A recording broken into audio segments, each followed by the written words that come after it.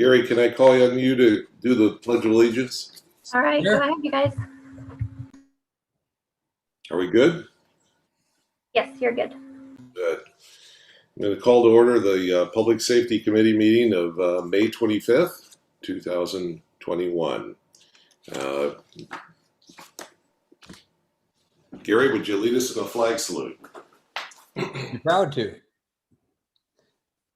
I pledge allegiance to the flag of the United States of America and to the republic for which it stands, one nation, under God, indivisible, with liberty and justice for all. Thank you. Adam, will you call the roll, please? Yes, sir. Committee member Walsh. Present. Committee member Leffler. Aye. Vice Chair Janis.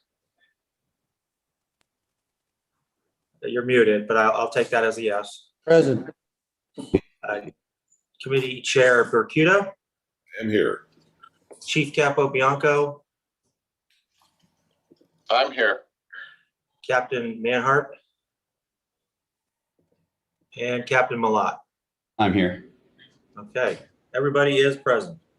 Wonderful. That's great to have a full house. Today we're going to have a presentation regarding the Amateur Radio Emergency Data Network Mesh, Arden Mesh, by Bill Kreuziger. Bill, can you hear us all right? I hear you loud and clear, Nick. Wonderful, thank you. Tell us a little bit about Arden Mesh, please. Well, I've prepared a short presentation, but the Arden Mesh is basically a high-speed data network that is similar to the internet in how it operates, but quite entirely separate from the internet. Whereas the internet is, the world's largest wide area network, and it's provided to, basically served up to customers by companies like, excuse me, Verizon and Cox that are pretty transactional in their nature. The Arden Mesh is supported by members of the community, like myself. So I guess I'll get into the presentation here. Thank you. That's just a nice little intro slide. And I'm sure that you all remember the game of telephone, often played by elementary school kids, where you whisper something to your neighbor and they repeat it and you go around the room and then you see how that message comes back, right? Doesn't always go according to plan. Unfortunately, a lot of emergency communication depends very heavily on voice communication. And if you're reading these notes here, voice communication is an almost absurdly slow way to transfer information. In data, it's about 50 bytes per second. Even a mediocre data connection is easily about 20 million times faster. And that's before you throw in, some elements of emergency voice communication, such as speaking phonetically and, confirming information to avoid errors. Next slide, please. ARDEN is an acronym. It stands for Amateur Radio Emergency Data Network, and it's a trademark of the ARDEN Foundation, which is a team of software developers. And it's descended from something called Broadband Hamnet. You can learn more about that on their website.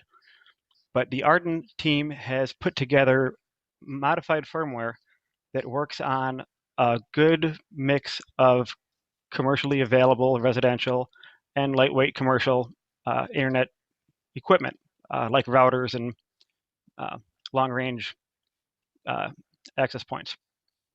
Next slide, please. Oh, and just a note on that last one. ARDEN is very closely aligned with RACES. RACES is perfectly aligned with the mission of ARDEN, and especially here in South Orange County, we have direct access to members of the ARDEN development team. Now, Arden is not a new program. It's been around for a few years. Some cities have kind of led the way on it. And I have a short list here of nearby cities that are involved. Irvine probably has the most developed program. It's their Irvine Disaster Emergency Communications Group.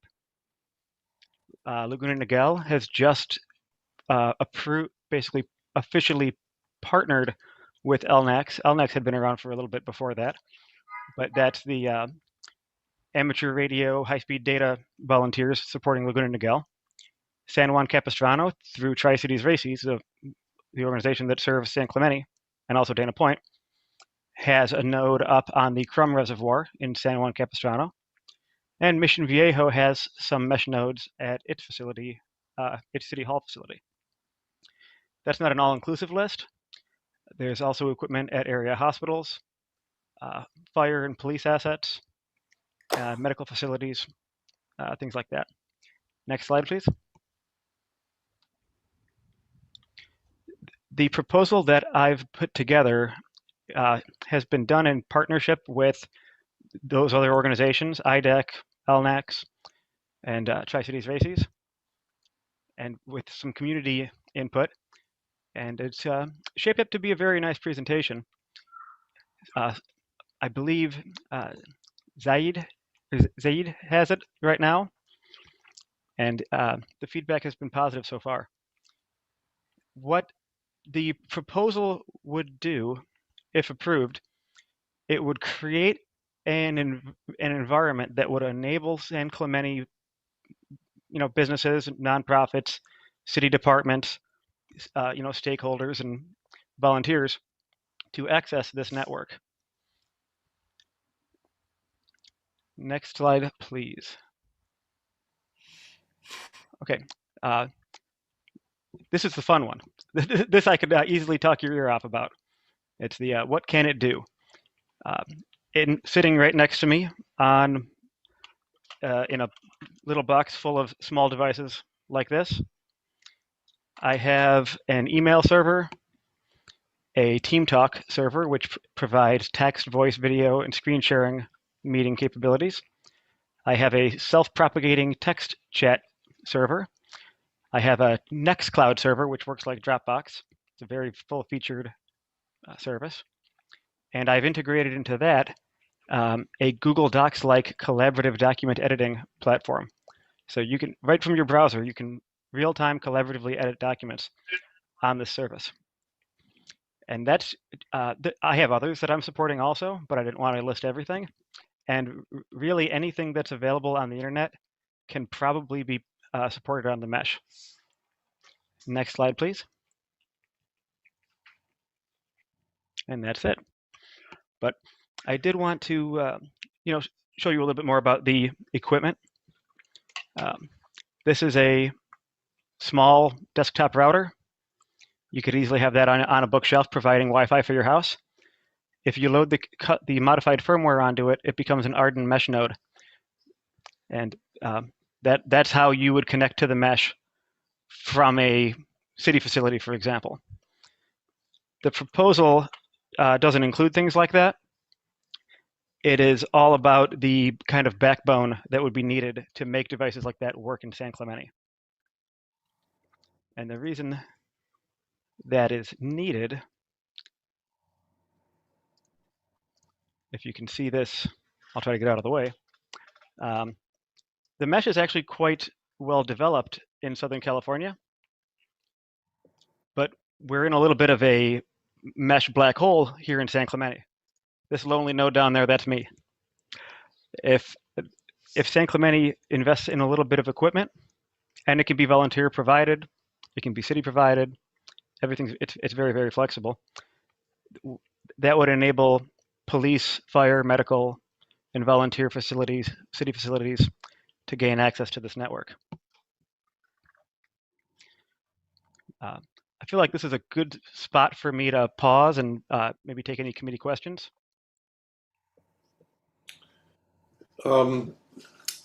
Yeah, Bill, you've been working with this for quite some time and have been very active on disaster preparedness, especially with the communications. We're interested in sustainability of the communications work. For example, if we were to, if the city was to buy all this equipment and things and install it in appropriate positions, obviously there'd have to be studies on that, but can this operate on a standby, for example, a solar battery operation, rather, because if the power goes out, that takes everything else out too, right? It would take out most people's Cox provided internet. Certainly, your area cellular towers would probably stay up, but I'm sure you've all been in circumstances where all the lines are full and you can't make an outgoing call, even though you have coverage. That's a bandwidth issue, and it happens, and it's actually very likely to happen if there's ever an incident. Arden mesh equipment is almost really quite optimized for solar and battery operation, and RACES and Arden volunteers usually have a decent cache of batteries to keep things running when the lights go out. It'll run fine off a generator, solar panels, batteries. It's very versatile. So it doesn't, as long as it's hooked up that way, it doesn't need utility power, and it actually never needs the internet. Got it. Okay. And what about security? How do you do that so that we don't have to worry about securing this from people that are looking ways of screwing around with folks? There's, anytime you're on the internet, you're probably at grave risk of that. It's probably fair to say, right? Right. But the mesh is not, it's not available to the public. It's limited to federally licensed volunteers and to the agencies that we serve. And just like the big internet, anybody who has access to it can browse around and explore the different services available, but they wouldn't have access to the actual services unless they were appropriately credentialed. Got it. Okay. To give you some background, I've been working with Zayad Musbadi, who is the Deputy Director of Public Works for the City of San Clemente. And he has a proposal that Bill put together of how this thing works and how the city can handle it. He's interested in that, and he feels that there is significant value to the program. So I think what Bill's doing here is just feeding in a little bit of information that'll give us that'll add to a foundation for disaster preparedness for the community. And I think there is some need. Communications is key, as we all know. Without that, we're just yelling at each other, and hopefully somebody's listening. So, any other questions from the committee? I have a question. Go, Can you hear me? Yeah. Yes. Yeah, I have a question. Bill, I may have missed it. Maybe I just missed it at the very beginning, but I'm not sure what this thing is. I know that it connects up with RACES and some things, but I'm not sure what its applicability is. Can you take me through that, or maybe you guys can tell me to shut up and say we'll tell you later, but I don't know. What the do you mean what the Arden mesh is generally? Yeah. How if you got it? I mean, if the city bought it or whatever, how does that work? I mean, why would we do this? What is it? I don't even know what it is. I know it's a like a router type device, but I'm not sure what the applicability is in emergency preparedness. Well, Arden is not the equipment. It's it's a broader program. So like this is an Arden device because I made it into an Arden device, but Arden doesn't make any hardware. What Arden basically is a an intranet. like a non-public internet available to emergency response volunteers and officials involved in incident response. The ardenmesh.org page has a nice About Us section about where they came from and what they do. And as far as you also asked, like, what can you do with it? Is it okay? There's a couple. Actually, it's almost unlimited what you can do with it. A couple of examples that have potentially a great deal of value. I understand it. During Hurricane Katrina, they evacuated a lot of that area, and all those people moved north to shelter. Area pharmacies were not able to get the prescriptions to get people the medications that they needed, and the idea of spelling out drug names and sharing patient data on airwaves that anyone can listen in on is utterly untenable. The Arden Mesh is something that, had it been around at that time, could have made that a much faster, more efficient operation. You could just create a file and share it in a mesh email and share that data quickly. And like we're saying, that'll work if the internet is not available. Committeeman Janice. Yeah, so you said it would enable emergency services to use the mesh. So I need to kind of hear from Chief Bianco and Chief Manhart and Chief Malott and see how would you guys incorporate this into your system, if at all? Well, I can speak from the fire department. We currently don't have it developed into our system. We have multiple, failure modes in place and how our different radio communications can fail. We also have a backup system with our VHF frequencies that in my career we've had to go to for about an hour. So I don't have a lot of experience on how to incorporate RACES in for normal emergency operations versus something that would be long-term, meaning radio operations would be down for days, if not weeks. To me, that's when we would really turn into RACES, but I guess that would be more of a question for Bill himself to with his experience. But maybe Ed or Paul have some other experience with it. No, in my entire career, we've never used that system at all. So we operate under the 800 megahertz, and that would go through ECB. And then if they're connected to that system, then they would facilitate that. But I have never experienced that. It would not be able to even comment on that. Unfortunately, sorry about that. That's all right. Like RACES generally, San Clemente has kind of not really done much with RACES in many years. It is used in San Juan Capistrano regularly. Here's a example. It's mesh volunteers have cameras, pan tilt zoom cameras that can be set up quickly in the field to provide eyes to a sheriff EOC, field EOC, and they do that during the Swallows Parade. That's something that they do every year just to keep their skills fresh. Mesh equipment has also had the first reports on a handful of fires last year. So it's like I don't expect you'll find a lot of success stories using Arden in San Clemente because Arden doesn't have mesh, right? If you went up to Irvine, you might get a different bit of feedback.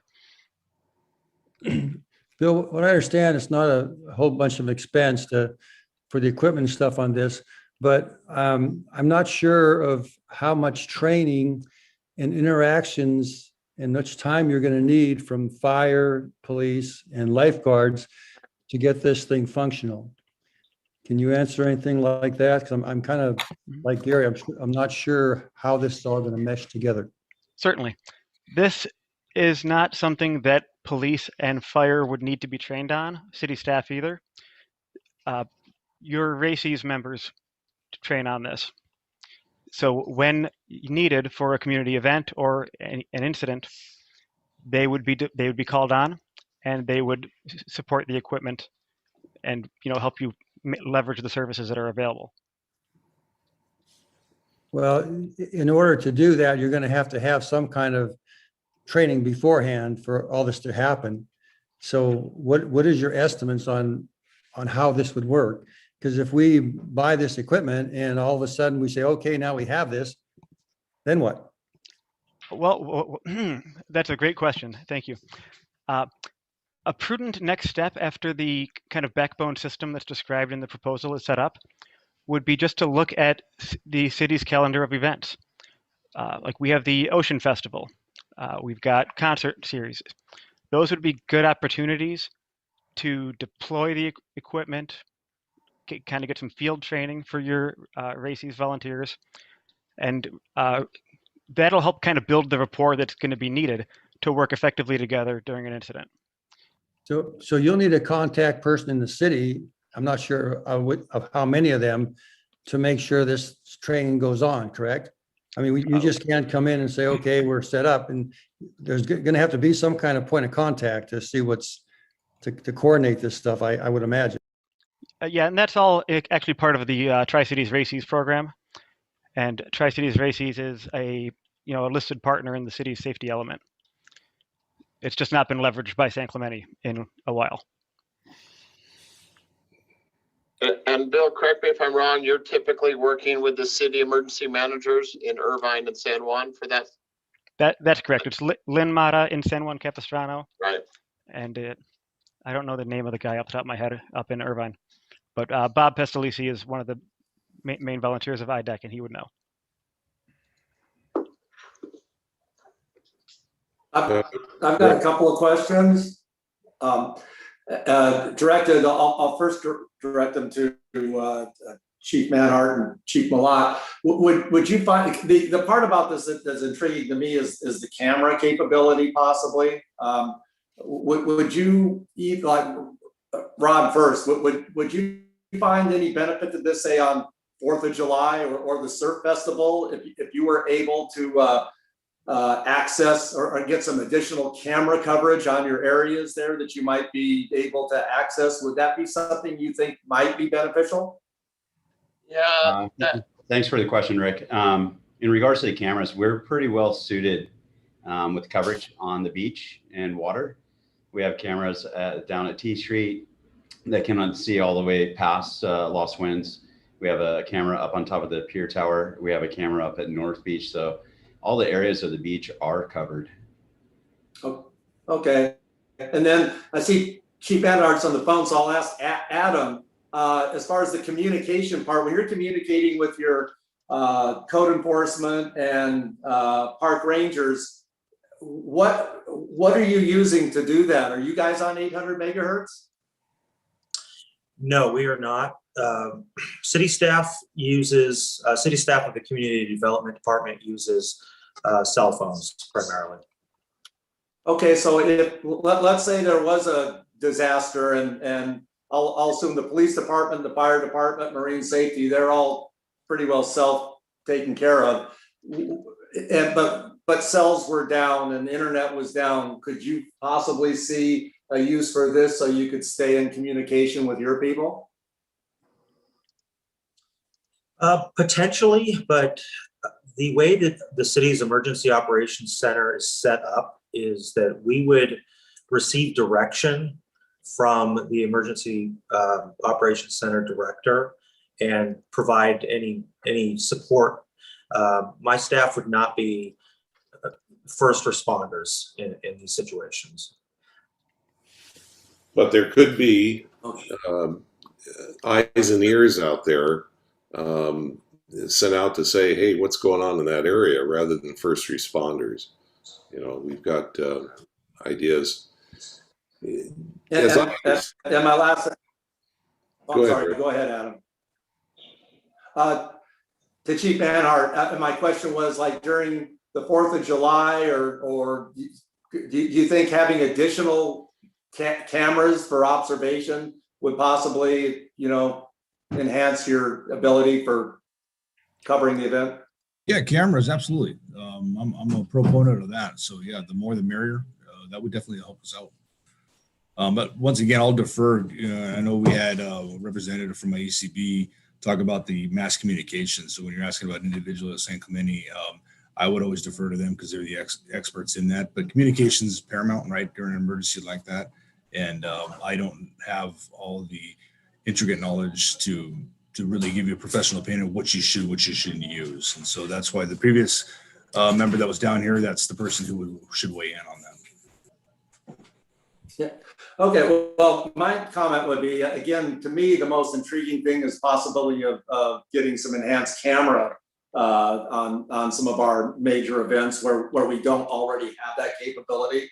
And if Irvine and San Juan is using it, or at least addressing the possibility of using it to where they have a program, and since it's not going to cost the city anything, I don't see why not. I mean, I don't see anything negative about it. How positive it'll be, we'll only know once we, get into it. But I don't see anything negative about at least addressing the possibility of having the enhancement. Absolutely. I agree with that. Yeah. If everything goes well, you'll never need it. But Yeah. that's not why we have a public safety committee, right? What I'm showing here is one of the pan-tilt zoom cameras on Saddleback Mountain, and this can be controlled. I've been moving it around, and this is all done without the internet. So I expect the cameras that we have, and I could be wrong, they may be, kind of ad hoc together, but a lot of the cameras that I think we depend on also depend on commercially provided internet service. Right. Well, but Bill, expanding on that. So let's say the Surf Festival, 4th of July, whatever, we contact you guys and say, gee, we'd really like to have a couple of camera locations set up for this that we don't have now. Do you think you would be able, with enough, certainly lead time, you would be able to facilitate that? It'd be, only limited by the equipment that Tri-Cities Races has. But I know we've got access to at least a couple of cameras that could be set up. Yeah, we could do that. We could put them exactly where they're wanted, assuming we can get a good enough signal from that area. And Public Works is working on looking at Bill's proposal on the thing, and it would need a couple of access to some good sites so that they get sufficient radio coverage for the community.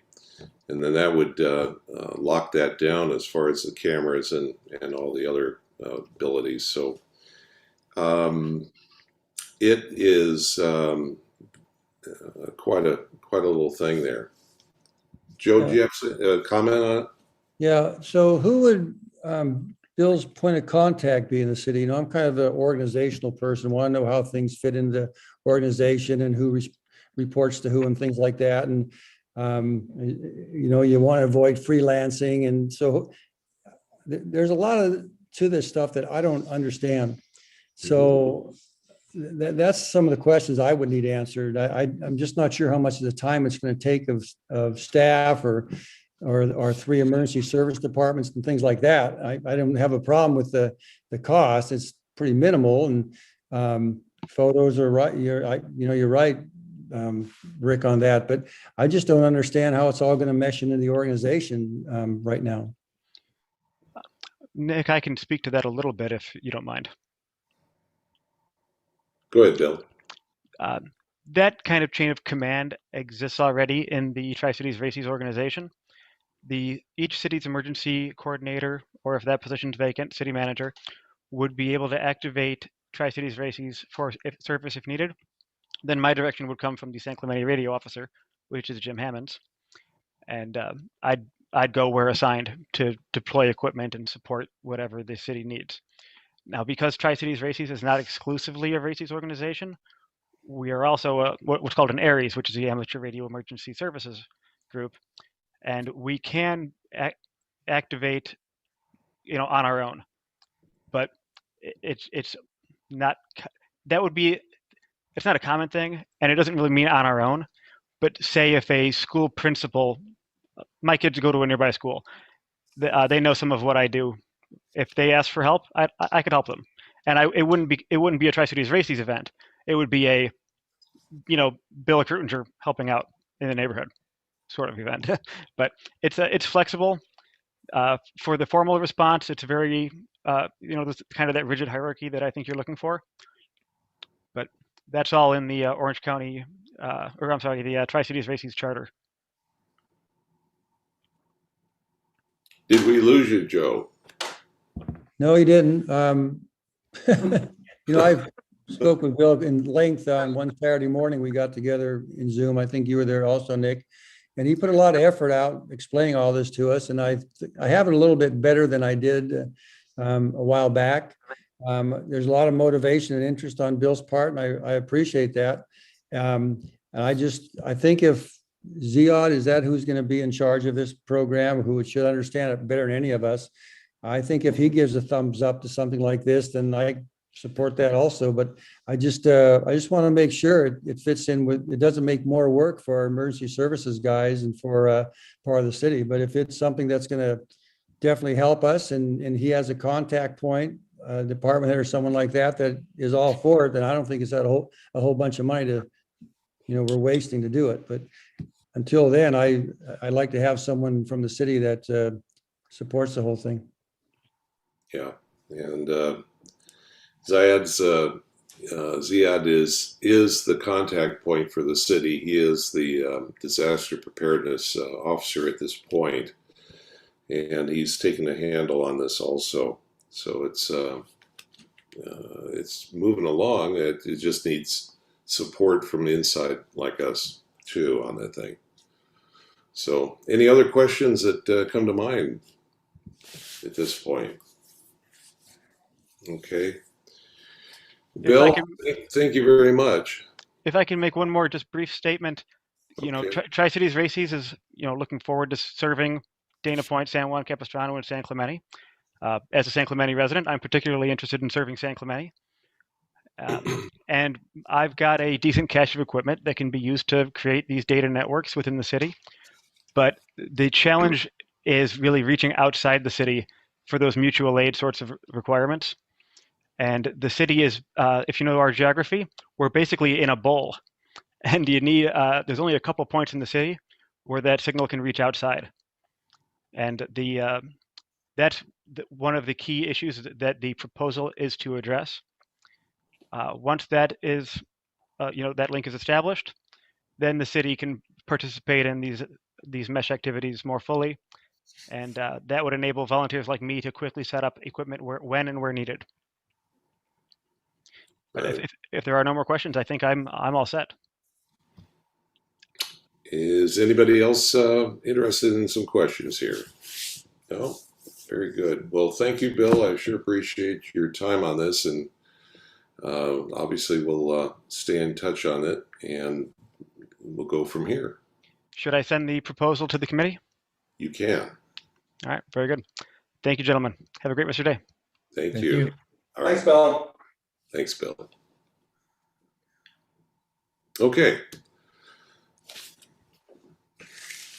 Yeah, as I understand the Arden, it's you've got the Races voice communications, and this brings it to this next technological advance into the digital age, where you can actually use it for documents and video and all.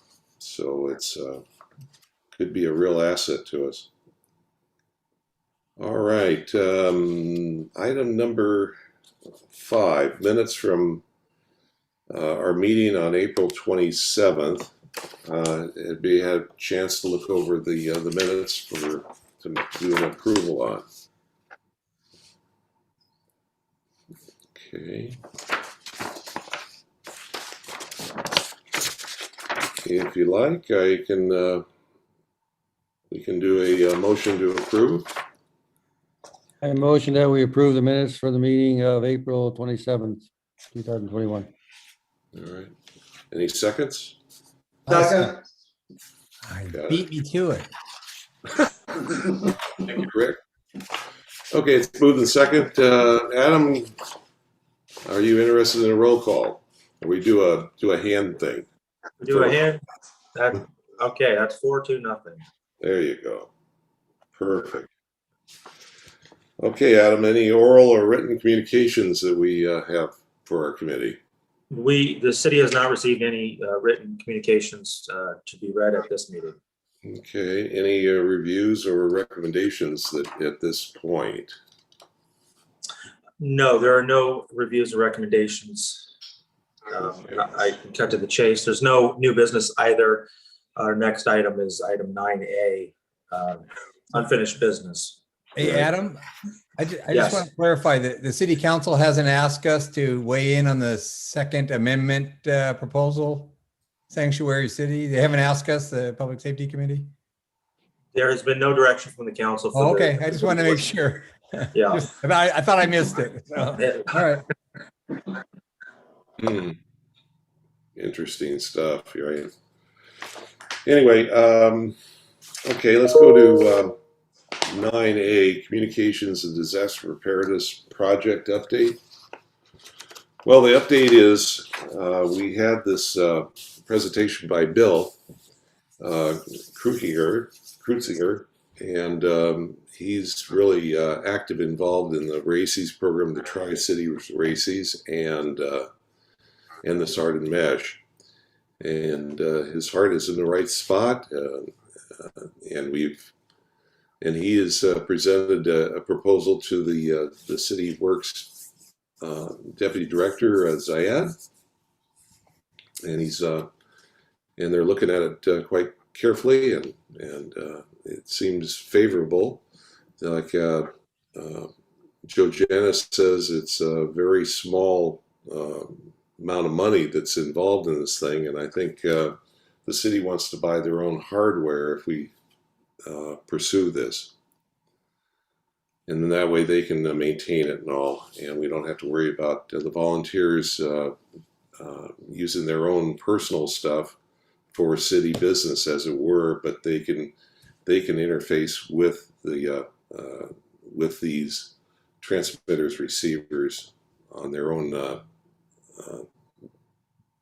personal hardware on that. I think next meeting, next month, I am proposing to have another one of our insightful interviews, and I've asked someone from the city, and it'd probably be Zayad at this point, to do a presentation on CERT.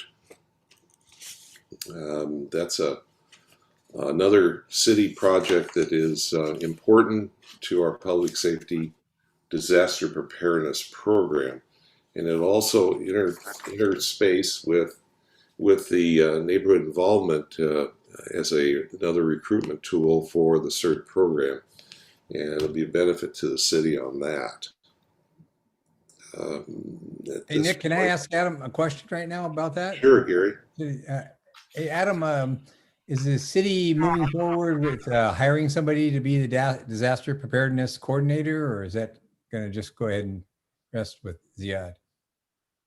You know, that's being handled by the Public Works Department, and I'm not up to date on where that recruitment is right now. I can find out for the next meeting and provide some information to the committee, okay. But I'm not sure. All right. Yeah, it's very fortunate that I think it's fortunate that Zayad was the interim public works director until the city contracted with Miguel Gomez, who is now the interim, and that takes a lot of that off Zayad, and he can concentrate a little bit more on the disaster preparedness, and he is really a proponent of this program. So got some positive feelings on that one. Good. Chair Bercuda, if I could. So for the next meeting, the committee would like to have Ziad Mazboudi, our Deputy Public Works Director, do a presentation on CERT.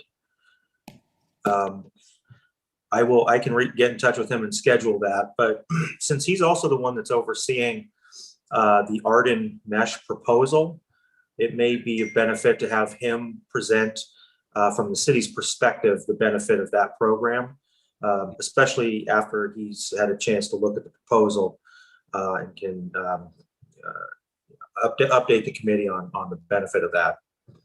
Right, and I think make a recommendation for the city staff, which would be Zayad to give us a presentation of that would be very, very helpful.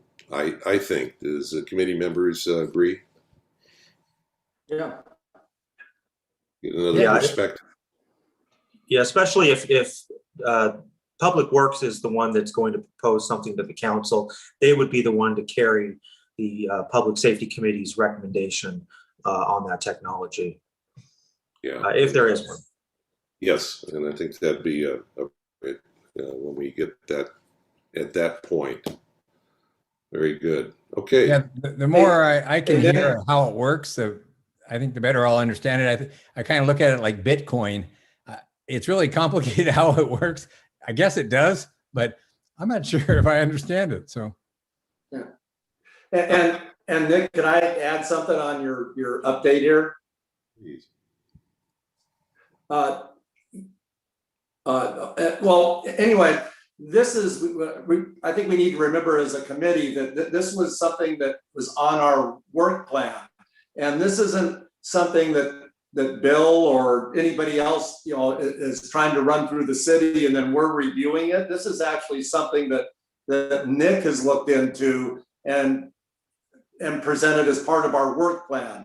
And any way that I think the city council expects that we look at anything that could possibly enhance our public safety aspect in any way, disaster preparedness. So that's why we're going through this. I mean, Nick's done he's had a lot of experience in disaster preparedness in his career. And so he's used that experience to contact and try to figure any way that we can enhance this. And this is why we're doing it. It's part of our work plan as a whole. So again, I just think we need to remember this isn't something that somebody's trying to push through the city from the outside. This is something we're investigating from the inside of our committee.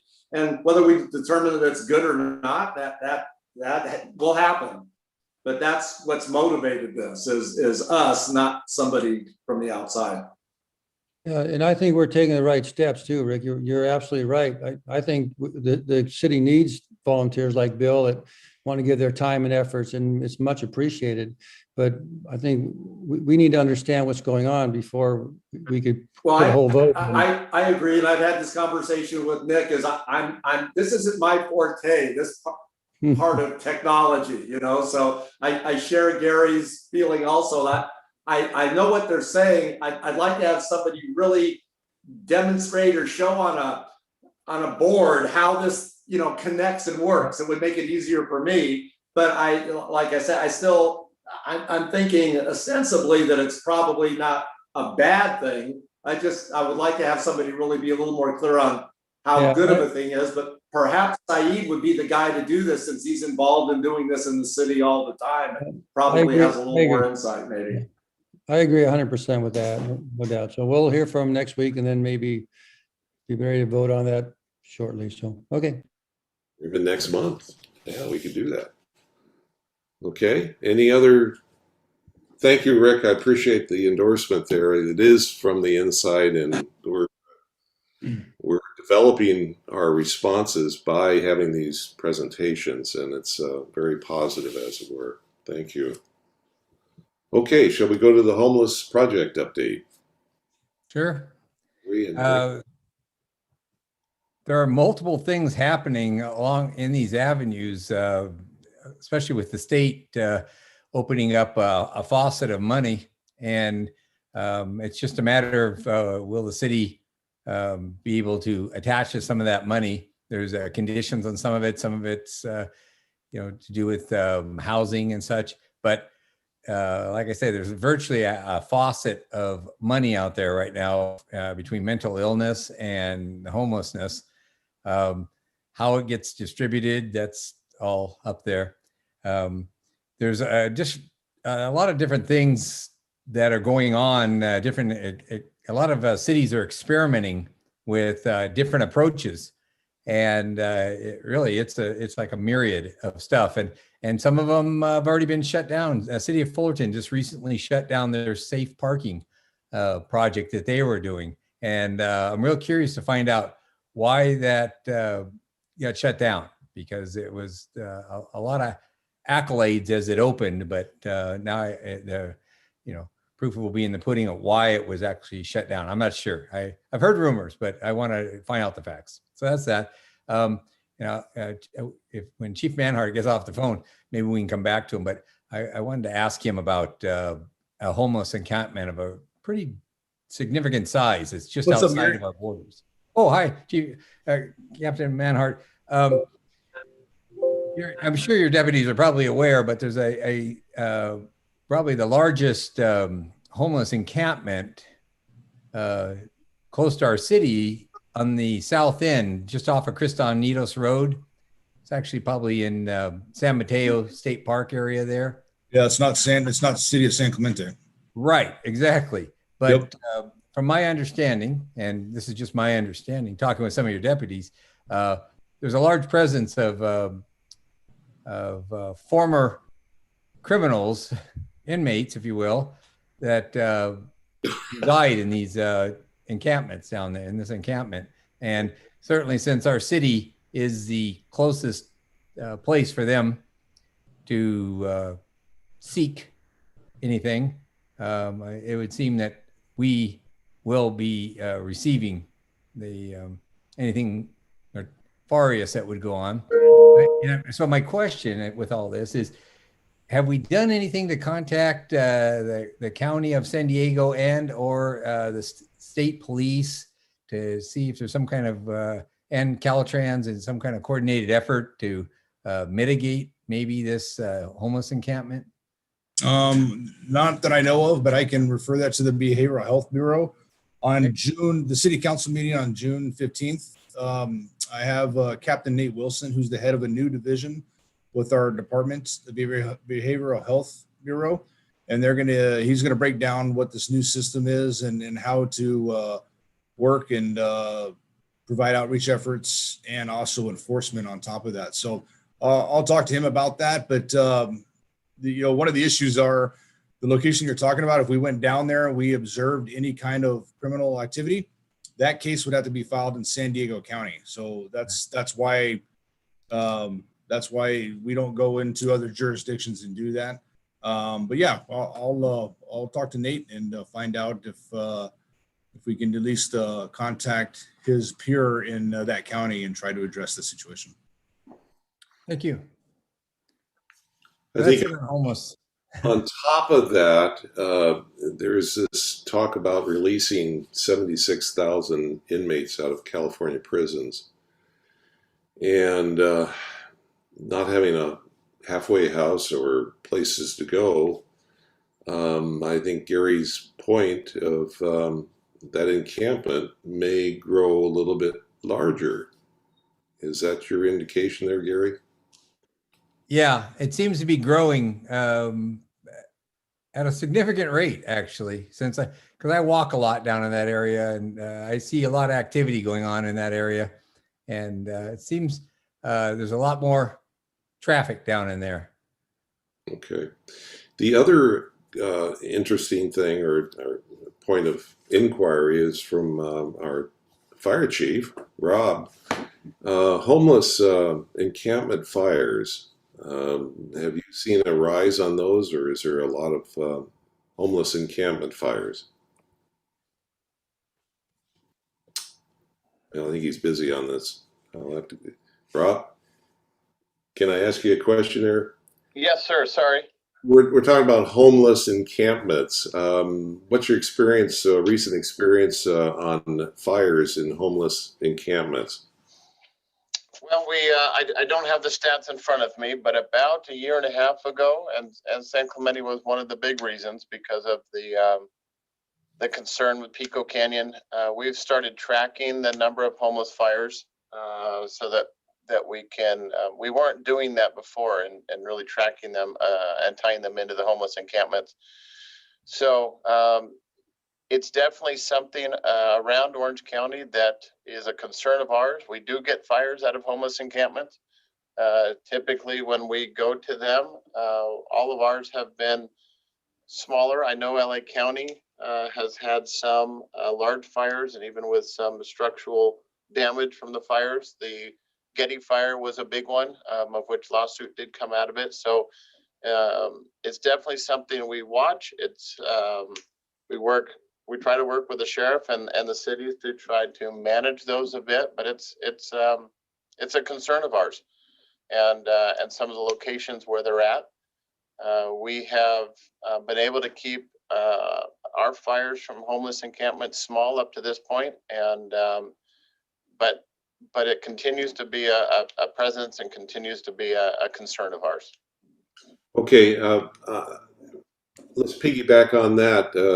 Gary's concern is down there just on the city's border with San Diego County. There's a fairly large encampment under the freeway right there.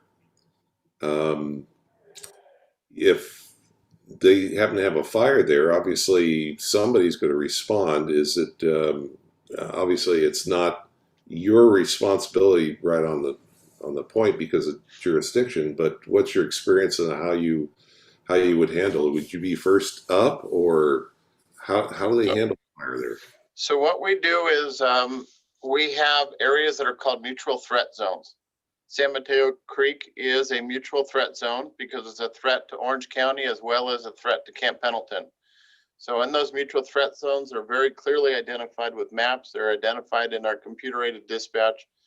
Another big, probably the biggest mutual threat zone that we have with multiple agencies coming in, just to kind of give you an example, is out there on the 91 in Anaheim, LA County, Orange County, Corona, CAL FIRE. All of these different fire agencies are converging into one area as a mutual threat zone. What we do, and the agreement that we all have, we have communication plans set up. The one for down in your area is called PROS. So it's Pendleton, Riverside, Orange, and San Diego counties. We have a comm plan that's already set up and established which frequencies we'll use that we can all talk on. We put that the comm plan in place. It's also used to notify all the surrounding dispatch centers. So they go onto a intercom more or less and announce it to all the surrounding agencies. And we all send our own initial response to that area. As we get into that area, the first thing that all the chief officers are going to do is we pinpoint whose dirt it's burning on. And then we pinpoint which direction it's going and who the threat's to. So depending on the time of year, just because the location doesn't mean it's a threat to Orange County. But on a day like this, where it's warm and we have a wind out of the south pushing towards the north, that fire may be a threat to Orange County. So then what we do is we get into a discussion and planning to see if we're going to go into a unified command. So if any threat is going to be a threat to Orange County, we will be part of the command. If it's burning in Pendleton or San Diego County and burning toward Orange, we'll go unified command with them. We we have a process to establish who the ordering point's going to be, so that as we start ordering additional resources, we need to make sure that we're not double ordering, assuming the other guy's ordering. So we have a plan in place for that. And then, a lot of the times we go down into that north end of Camp Pendleton and it's burning deeper into Pendleton. It's not a threat to Orange County. And we have our resources there, and we become an agency representative, and we say, here's what we have. How can we help you with your fire?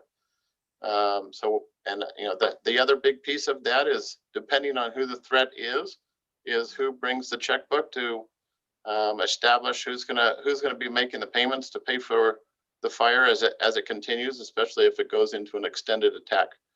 So there's a process that we use. We have mutual threat zones out the Ortega, and that's with the Cleveland National Forest and CAL FIRE for the state lands and Riverside. So depending on where you go around Orange County, we have all these mutual threat zones, and our response is kind of pre-planned to hopefully get rid of a lot of that confusion early into an incident that's burning in between two different counties. Great, and it's just the preparedness of I'm not going to say it's going to happen, but there's a good possibility when you got all that those people living down there um, so We, close to us. we did have a fire down there. I want to say it's 2 years ago now. Turned out it was actually burning on state parks property in the county of San Diego, burning towards Christianitos right there by the Carl's Jr. And so we burned probably about 12 acres. Never came into Orange County, but it was a threat to Orange County. The fire went undetermined, but there's a lot of homeless activity. No other causes in the area, but unless you can truly pinpoint the, the hard thing with homeless encampment fires, because everybody's usually gone, a lot of them will still go undetermined, human caused, but unless you can figure out the material first ignited, the ignition source, and the event that brought those two together, you need to have all three of those to truly determine the origin and cause of a fire. And a lot of times there's multiple competing sources. Everybody's gone, so you don't know the intent. So a lot of those will be legally defined as undetermined fires, but they come out of areas where there's a lot of human activity, whether it's homeless, whether it was kids, a lot of times they're all gone by the time other people get there. So they can be difficult to truly pinpoint to homeless activity, a homeless encampment. But we've at least started tracking those human caused fires that come out of areas where there's homeless activity. Right. And it's not like you can enforce the brush clearance around that area either. No, there's actually, we were actually just flying it yesterday. Pendleton does a really, really good job of maintaining their fire breaks along the borders and the edges of Orange County. They also have different environmental regulations to when you look at their fire breaks, they're 5-6 dozer blades wide, which you don't see here in Orange County because of a lot of our restrictions. So every year, it happened 2 years ago, they turn it, Pendleton's very smart, they turn all of their fuels maintenance programs into training programs. And so what they do is they bring in all the fire bulldozers from across the state. They offer them, it's also hard to find areas to practice your skill. So they bring dozers from literally Northern California. Our dozers participate every year. And by the end of it, all of Camp Pendleton's very large fire breaks are completed. Like I said, they just finished theirs 2 weeks ago.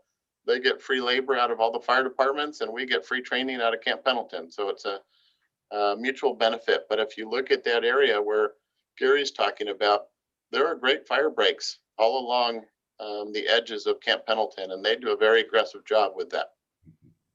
Good to know. Great. Where you might not see it is more closer to the coast, because that's state park butting up against San Clemente.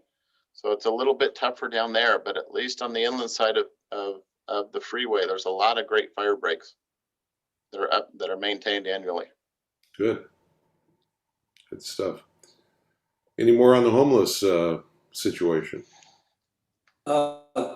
Apparently our new city manager, Eric's son, says that within the next 30 days, we'll have our city homeless outreach person probably hired, at least. When they will actually start working is something else, but he fully expects by the end of June to have at least that person identified and hopefully hired. Wonderful. Good to know. Okay. Legislative review. Gary, do you have anything good on that? Well, there's probably no less than 500 bills out there, but there's nothing that directly impacts the city. There's a lot of different bills that could impact police enforcement and the way the police are able to handle and perform. But as far as that, we would just see the repercussions of that. But there's nothing directly. There's a lot of bills that regard that tie in different things with housing that all kind of ties in somehow and everything. But now there's nothing that, like I say, would directly affect the public safety as such. I mean, so there's nothing really to update on that. Yeah, that's and you're monitoring this stuff, I'm sure, all the time, and will alert us if we need to do some action on any of that. There are watch lists go through. They're kind of, like you said, there's a bunch of them going through. Yeah, some of them that, like I say, could affect us down the road because it'd make like SB 299, for example, one of my favorites. And Captain Manhart's probably familiar with it. I don't know if you've heard about this one, Captain Manhart. Have you heard about this one? 299, SB 299. It's basically would allow people that were victims of police violence. And that's all it says, really. I mean, it doesn't really define out what that is, and doesn't even matter if they commit a crime. There's one or two exceptions. They've actually amended it a couple times here, and there's a couple of things that. But anyways, somebody could actually commit a crime, and then if they felt like they were too roughly handled by the police, then they could literally sue. It would allow for them to be compensated. So again, another thing that just make it that much less attractive for somebody to become a police officer. So go for it. Like could be any less attractive? Yeah, I mean, literally. I mean, I think pretty soon they're going to require that the police have to pay their own salaries or something. I'm thinking, I don't know. Okay. Well, Coming from two ex-officers there, huh? Say, Gary, in the OC Register this morning, there's a deal on sober living home laws. Oh, yeah. You know anything much about what's going on with that, or do you follow that? Yeah. Actually, I do know about that. It's murky right now because the city of Costa Mesa enacted several laws that would prohibit, put regulations on where sober living homes could be established, how many, they kind of a zone kind of thing, so not to overwhelm cities. And as it turns out, the state now decides, despite the fact that cities won several legal battles on this and everything, now all of a sudden the state's coming around going like, that's not good. That's a violation. And so they're kind of the state's throwing a wrench into this whole thing about what the cities and their ability to regulate sober living facilities. So it's the way business is done in the state, lobbying. That's where it all comes down to. But yeah, it doesn't pretend well for California. I can tell you, there's so many legislative things going on right now. We're at start picking places to go. So Easy world. Thank you. Okay. Now we're down to the Neighborhood Watch Project. Joe, how are we doing there? Yeah, I think we're running pretty much ahead of schedule. Justin at IT has gotten all the different districts together, the 7 districts we have, and he's got them into blocks now. So we really got our geological map together and pretty well organized. So we know what, if someone calls up, they say, well, I live on this street. Well, we know what block and what section they're going to be in. So Rick and I are planning to get together shortly. So we'd like to present to council where we have come so far as our maps. And then also we would like to give them what we intend to do during the next 6 months. And that's going to involve probably getting a city website, figuring out how we're going to get district captains and how we're going to set up protocol and stuff like that. So once Rick and I get together and talk about that and get an outline together, then we'll make a presentation to council and show them where we have come so far and what we would like to do to get some input on it before. Because up until now, we haven't really wasting or spend a bunch of money or wasting much time. One of the really nice things that happened when Justin Mank was doing the 7 districts, Brian Brower came up, the IT head, came up with the idea of overlay maps where we could actually put an overlay and have. Just say what days Bennett is working tomorrow. Yeah. I'm sorry, I wasn't muted. Not a problem. Yeah, and so he has overlays. So we could do an overlay of a certain map area and show where all the sober living homes are, or all detox centers, all short-term lodging units, or anything. If everybody wants to get into where sex offenders live or whatever it may be, so people could call up on the city website and see where these occupants are. So we're pretty excited about when they came up with that. That was a pretty neat addition to it. So they're doing a great job over there, and I think Rick and I, hopefully the next couple of 2 or 3 weeks, we'll get together and then we'll talk to Adam to see when we could present it to council. So that's about where we are. You got anything, Rick? Yeah, I just had a question for Adam, because in our last meeting, I was under the impression that perhaps to go ahead and launch this as far as publicizing it, that we might not need council approval to do that.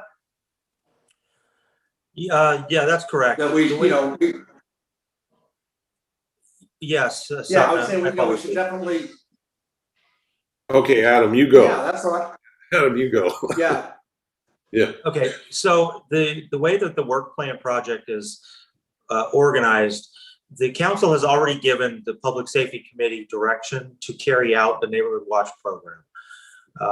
If you would like to update the council, I think the easiest way to do that would be to do a presentation on the Neighborhood Watch program, and then I'll work with the city manager's office to provide the time of the meeting for the council members if they have not been able to watch that particular meeting, so that they're updated on it. But there's really nothing you need to get council's direction on before moving forward with the Neighborhood Watch program. Well, because of the time involved and as crowded as the agendas are coming up. Oh. Go ahead. I didn't hear your last part. I thought you'd stop talking, Adam. So as crowded as the agendas are coming up for the city council, I would think that maybe you should try to get this agendized sooner than later, and then we can put together a presentation with bullet points of strategy easily. So do you think we should probably try to get that scheduled sooner than later? Because it might be 2 months out before we even get an agenda.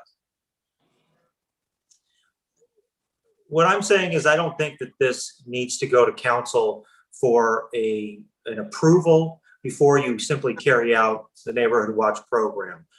The council, everything that we're discussing is in a public forum. The council watches these meetings, and if they have a concern about the way that this is moving forward, they can call it up.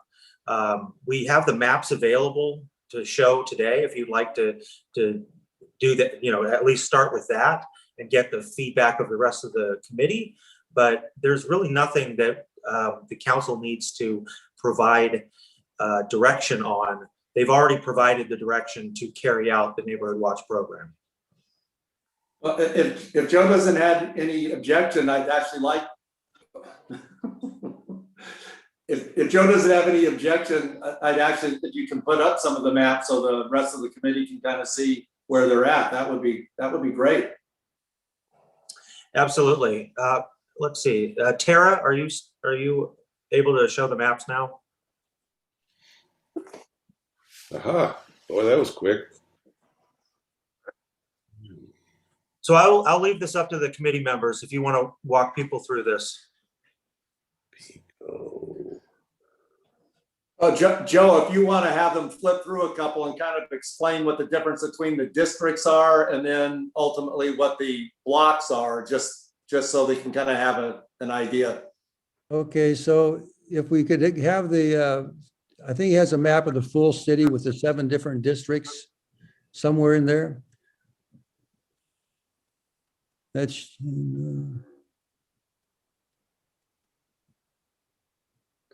That's Talega. Yes.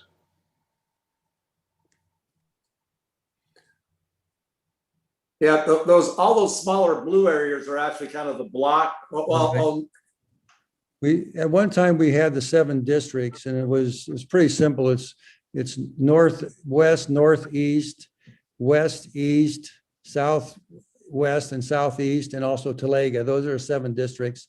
And in each district, there's probably about 20 blocks. So our intent was to have a district chief, 7 of them, and then every block would have a block captain that would report to that district chief.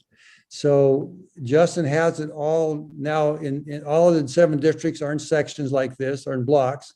And then we'll be starting the next meeting with Rick and I. We're going to start on how we're going to start filling those positions and what our criteria is going to be for the next couple of months. So do we have one of the overlays by any chance, Adam, that they showed? Brian had come up with? Yeah, are you talking about the, like it would be displayed on the city's website? Right, he had an actual overlay that went over one of the sections and showed where the sober living homes were and where the short-term lodging units were. It was just an overlay onto the map. Hey, Joe. I'm looking for that right now. Joe, can I interject something here real quick? I'm sure when you're saying that where the sober living homes are, that you're just that's just a mistake or kind of a miscommunication on your part, because I'm sure you're familiar that people that are drug and alcohol rehab type people, they are protected under the ADA, and they're a protected class of people, and that would probably be illegal if you did it. So I'm sure that's not exactly what you meant. Is that correct? Well, actually, I that's what I did mean, actually. So I'm ignorant on that point, because I thought that was public knowledge where our sober living homes were, and detox centers and stuff like that. No, that's a protected class of people. I think that's a pretty slippery slope to be on, and I wouldn't. Well, we'll check into that for sure. You know, if you all can wait for the committee and staff reports at the end of the meeting, I'd be more than happy to provide an update on what the city, how we zone for residential uses, and clarify this topic. Got it. A good point, Gary, but yeah, we'll check that for sure. yeah, and I mean, I think we can find out where those are now just by going online. Now, you can't publish people's names that are actually there as patients, but the places that are licensed, certified, sober living facilities, I think it's public knowledge. I've certainly been able to find out where they are easily. So I don't know. We'll find that out before we do it, no doubt about it. Something else. Absolutely. But that's basically it. What you're looking at now, those little blue lines are within an actual district, and all the little blue segments, approximately anywhere between 18 and 20 some odd, are what will be the actual blocks within those districts. And have a block captain and have all their stuff. So throughout the city, I mean, gosh, I think there's close to 200 actual actual segmented blocks somewhere in there. So it's actually pretty extensive. Yeah. And I apologize. I'm having trouble finding that particular map. For a following meeting, though, I'll make sure that we get all of the maps that the committee would like to show.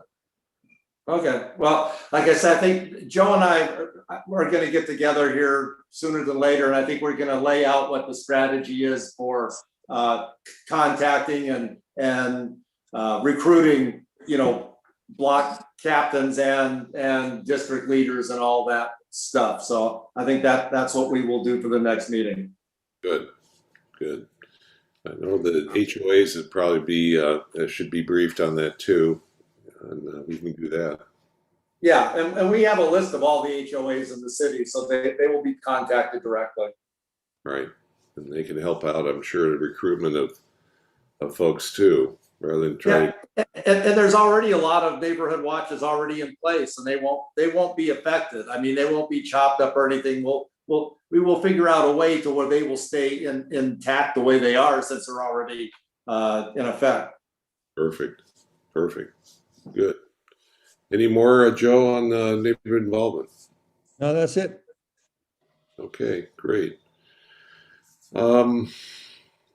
Sheriff's Department. I know, Captain Manhart, you've got a big event tomorrow. Yeah, that's correct.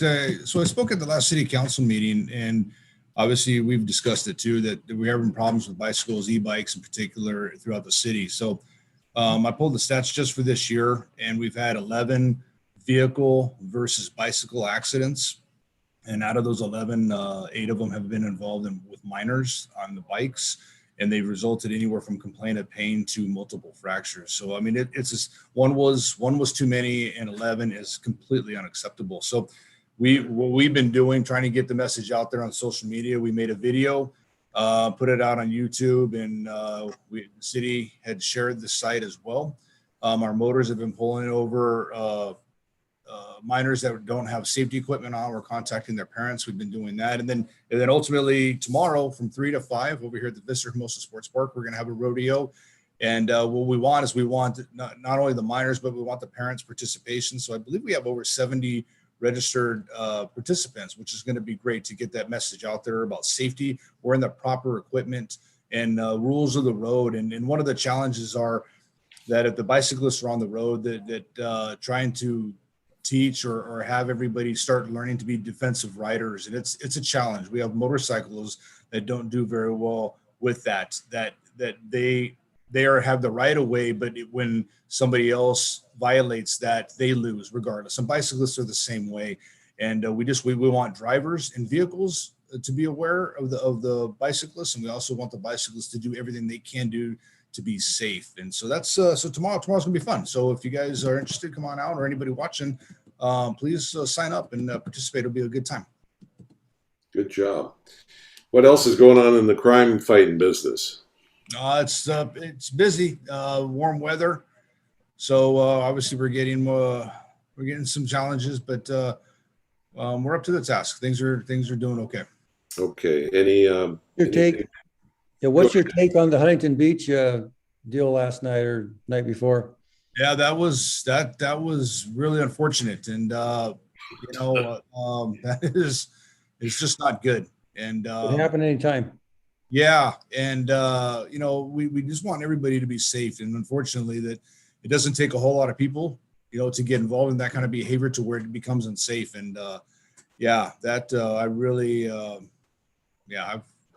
hope that doesn't come to any more cities, and I hope everybody kind of learn that, hey, that's probably not a good idea to do that.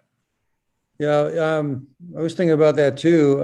It seems like these people get on the social media and flash something on there, and all of a sudden you got hundreds of people coming to your neighborhood.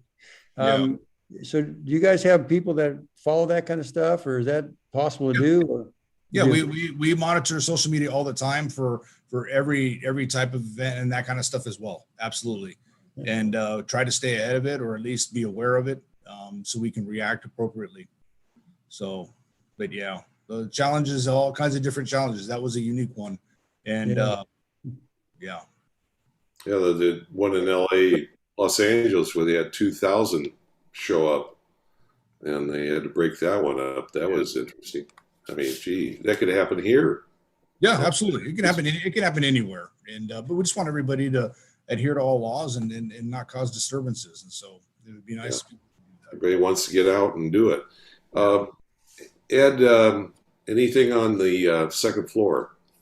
Yeah, it's construction's going, and it's looking really good. Walls are up, and I'm hoping sometime in August that we completely move from Aliso Viejo down here and have all assets come out of City Hall. So that's construction's going forward. The guys are doing a great job, and could happen sooner, but I will take whatever I can get. But yeah, sometime in August is the target date.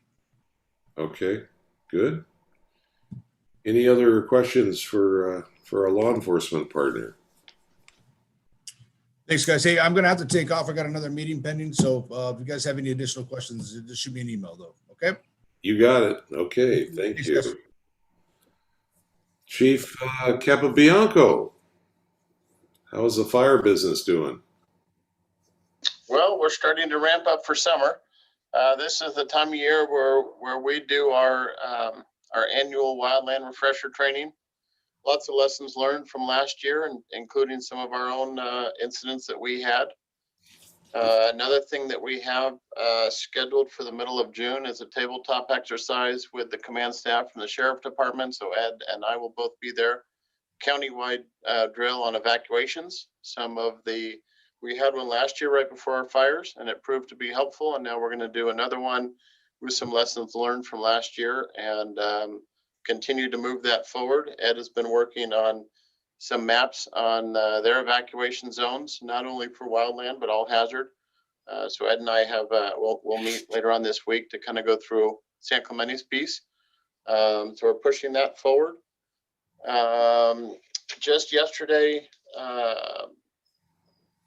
Mayor Ward and City Manager Sund and myself went up to Fullerton to look at our air operations program. We took advantage of a ride down to look at the interface really of all of Orange County and compare the burn scars from last year to what San Clemente has to offer. The differences with older communities versus newer communities. And really the biggest difference is communities that are built with a different fire code. So a lot of our success last year in Irvine had to do with fire codes, fuel management, fuel modification zones, defensible space, as well as the structures themselves that are fire hardened, built under a completely different code. Talega is very similar to some of the areas that we saw that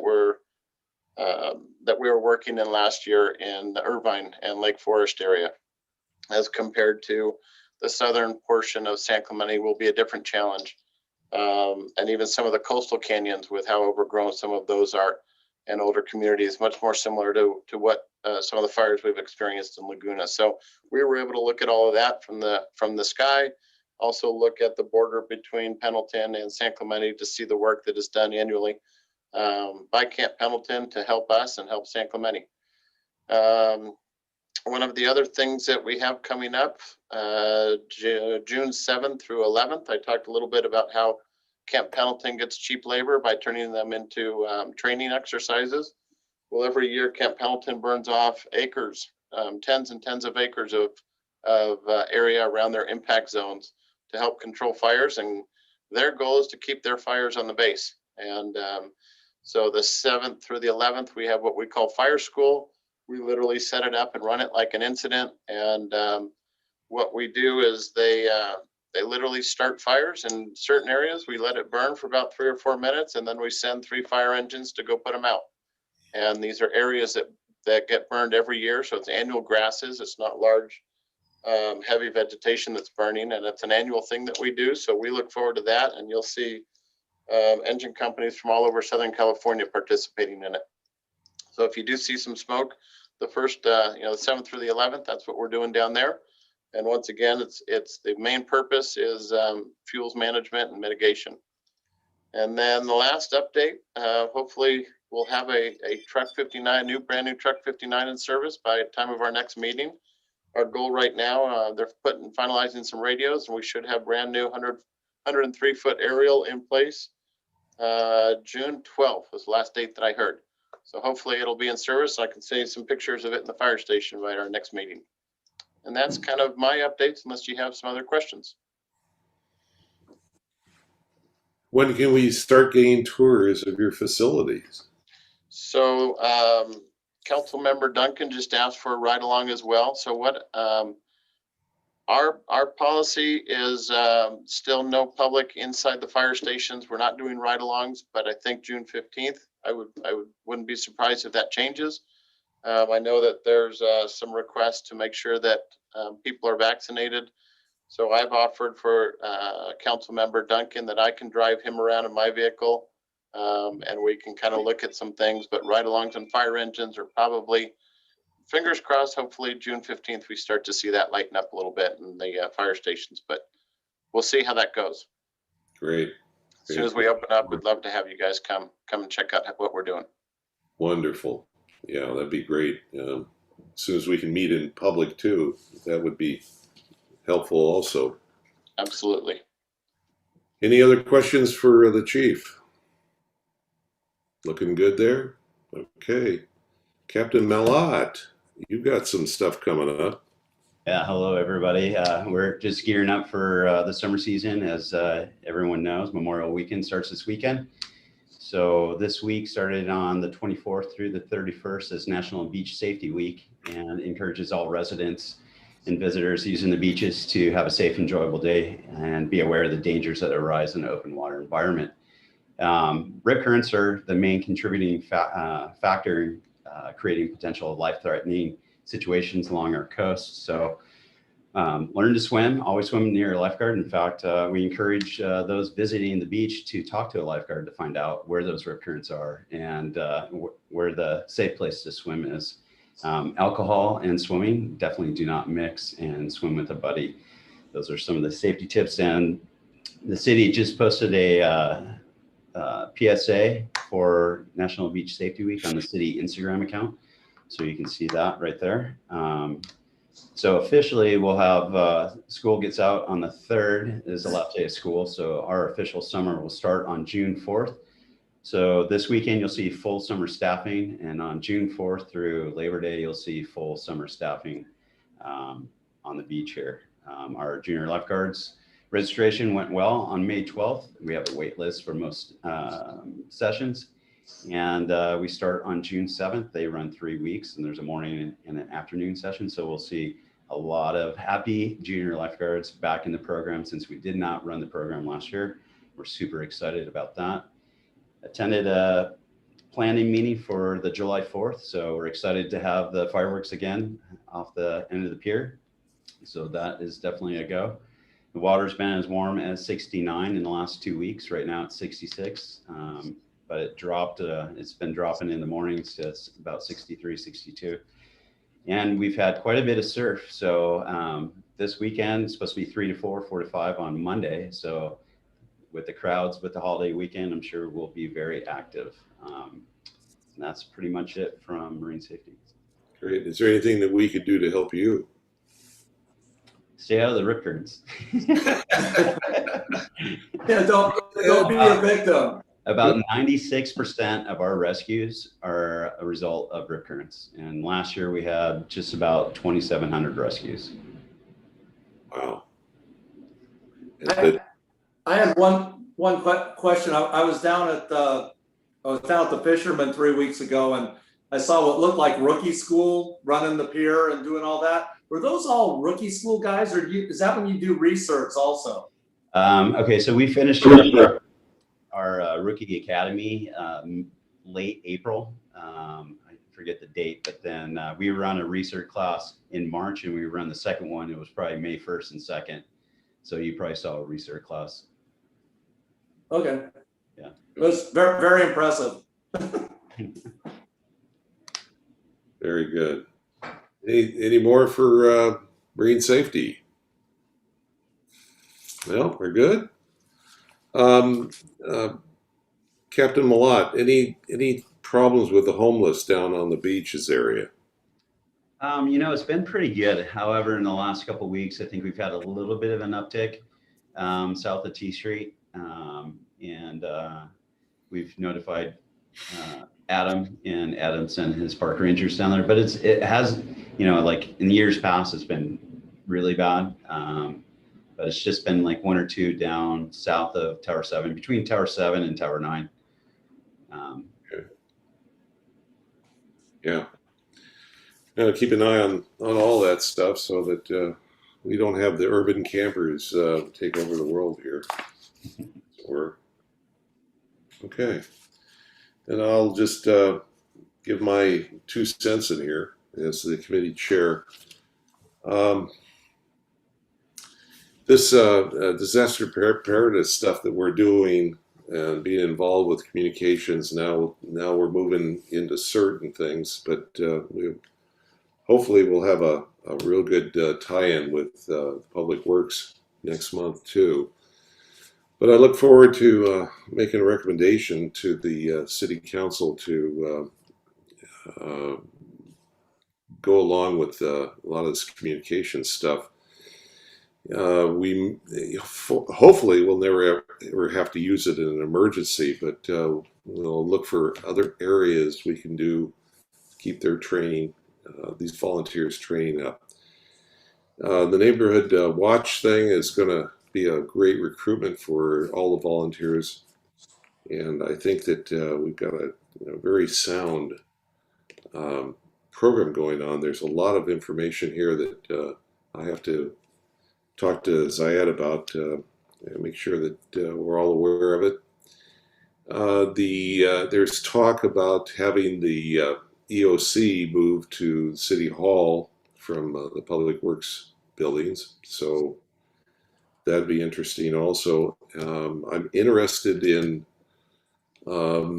getting face-to-face meetings of the committee, and so whenever that's available, hopefully I'll be the first one to let you guys know, and we can get going on there, and we can actually do some demonstrations of different equipment, different projects, and it'd be very interesting.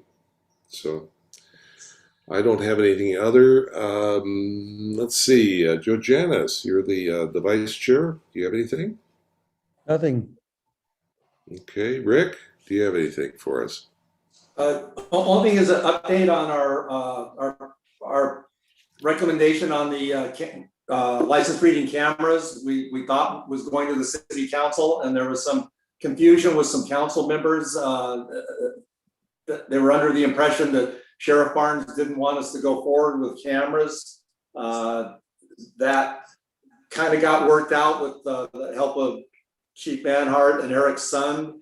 And while unfortunately it doesn't look like that's going to get put back on the agenda in time for the budget talks, he has scheduled it for the budget workshop, which takes place with the city manager and all the city council people and I guess department heads, whoever, where they will discuss it as far as seeing if they want a budget for it, which is kind of the most important thing anyway. You know, whether it goes to a meeting or not, that's great. But so there's a chance at their budget workshop coming up here that the city council will budget for it, which means that then we can get them sometime after July. So that's where that's at. It doesn't look like we're gonna have like a public hearing or anything on that before the budget meeting.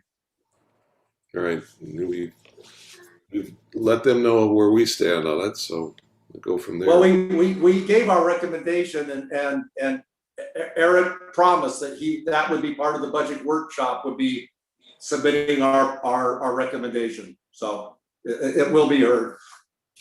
Thank you, Rick, for that follow-up. Gary. No, I've said everything so far.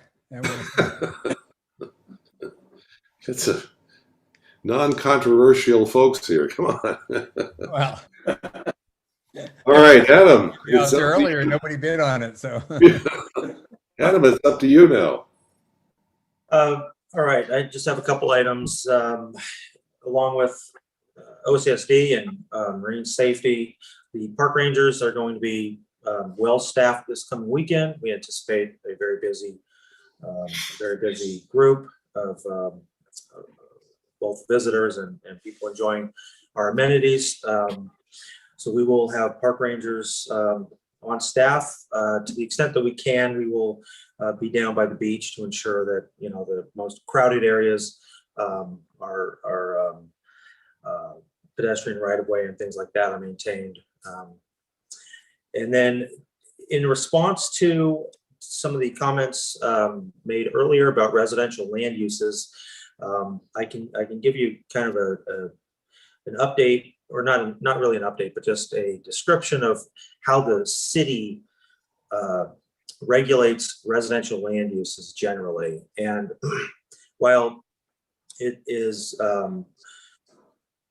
the locations of sober living homes can be found, that is publicly available information that you can find through the Department of Healthcare Services. Other group homes can be found through the Department of Social Services. The city of San Clemente does not regulate sober living homes. What we regulate are residential land uses that cover a broad category of uses, and the one that most sober living homes would fit into is called a boarding house.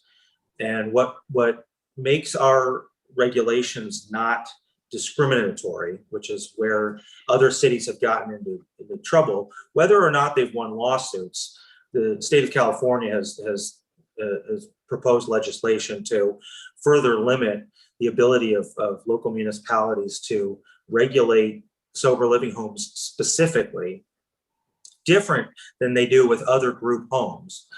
This San Clemente's ordinance covers boarding houses, and this is these are regulations based on the number of rental agreements or leases that exist within a particular dwelling unit. These legislations were passed or adopted by the city council at the same time that we passed legislation related to short-term lodging units or vacation rentals. And it was part of a much larger project that was geared at reevaluating how residential properties around the city are used. And we created an umbrella ordinance that does not discriminate about the inhabitants of a property. We're looking at the performance of those properties. And so that's how the city regulates this. Now, you can find the location of sober living homes, but I will tell you, it's they're not all regulated the same based on how they're permitted by the state. An example of this is if the state provides a group home with a permit for 6 or fewer patients, the city has no authority to regulate them any differently than a single family residence. If they have more than 6 patients, they would typically trigger the requirement to get a conditional use permit to allow for a boarding house. So we don't get into the business of regulating the provision of medical services in residential properties. Those regulations are handled by the state. We look at regulations that maintain the quality of a residential neighborhood. And if anybody has any additional questions on that, I'm always more than happy to answer those. But that pretty much does it for my update. All right. Hey, Nick? Yeah, go ahead, Nick? Rick. Yeah, I'm sorry. I just want to say one more quick thing, and I'm sorry I forgot. I got so involved in other stuff, but I just wanted to recognize a exemplary citizen that passed away a week ago. I know many of you probably know him, Bill Hart. He was actually part of the public safety task force that wrote the matrix that we were given when we first started this. Just recently ran for city council. He's been a member of the planning commission. He's the current president, or was the current president at the time of his passing, of the Friends of San Clemente, that benefits the Parks and Recs, gives scholarships to kids that can't afford to go to camp here. He's also was past president of the Pier Pride Foundation, that's done a ton of work for getting the pier back up to snuff, and he's been a friend of the beaches and harbors for years. A true advocate for the city. There's been nobody over the last 20 years who's put in more years of volunteer service to the city. And we just lost a great citizen, and I just wanted to acknowledge his passing. And if we could do, as a committee, if we could do a quarter of the things that Bill has done for the city, we'll be successful. And that's just wanted to say. Wonderful. Thank you very much. One question for Adam. Do you see anything opening up for public meetings anytime soon? I have not heard anything. Okay. It would make sense that we're getting to that point, but I have not actually heard any specific direction to do anything other than Zoom for the time being. Okay. And the obviously the direction would come from the city council through the city manager. Yes, that would make sense. Got it. Okay. Anything else for the good of the cause, gentlemen? I just wanted to verify that our next meeting is scheduled for the 6/22 at 1500. Is that correct? Yes. Would you like to make a motion?